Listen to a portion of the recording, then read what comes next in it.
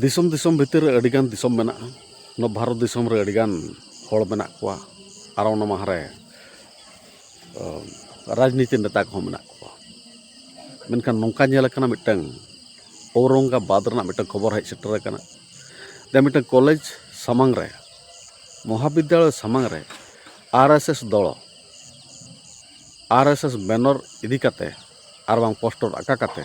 उनको को बिचारिया दो बांगा उनको को प्रचार आरएसएस ना प्रचार को चालू का देना ओला कना राष्ट्रीय स्वयंसेवक संघ ना वीडियो नेल पे नय राष्ट्रीय स्वयंसेवक संघ जॉइन आरएसएस आपे मनते चेत पे बिचारिया आपे कमेंट माध्यम ते लई पे और इना विचार ते नोआ कना इना उयहर ते जहाँ कॉलेज और बांग स्कूल सामांग रे जहाँ धार्मिक प्रचार तो आलो हुआ उनको को विरोध का अड़ी होड़ गे एक्चुअली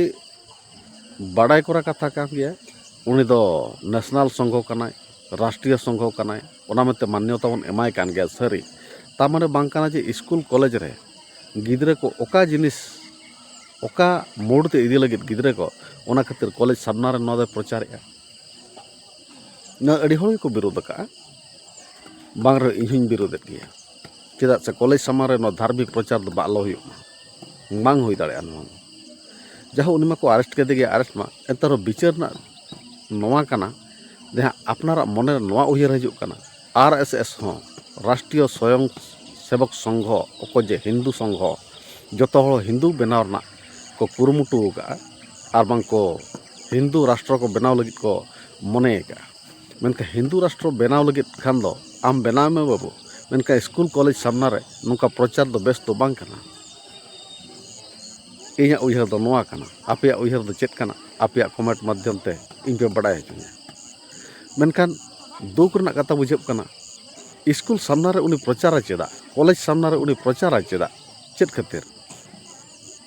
आम मिटंग हिंदू राष्ट्र बनाव लगित चाहाव का तो बनाव में तो स्कूल गिद्रा आम हाना नोआ देहा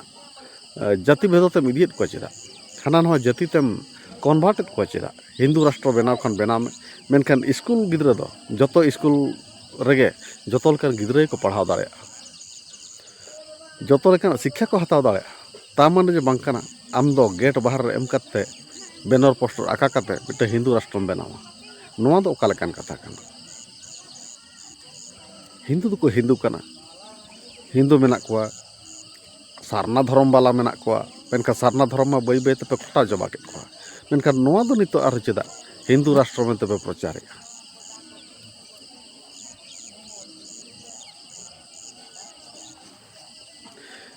हिंदू राष्ट्र जतो ख्रिस्टियान बाबणे आर बांग मुस्लिम जतो रिन गिद्रा के स्कूल रे को पढ़ाबा कॉलेज रे को पढ़ाबा ओना बांग कना जे आम दो स्कूल सामना रे इदी काते बांग इन दो नेशनल बाला कनी गोटा के परमिशन मेना तिया ओना कथा दो बांग कना हो मेना तमा किंतु स्कूल सामना रे कि कॉलेज सामना रे नोका बैनर पोस्टर आका काते देहा जॉइन आरएसएस नोआ दो पोस्टर दो एक्चुअली इन दो खराब की बुझाव किया तेही लगे ते इन न्यापाबन दोसर वीडियो रे जोहार।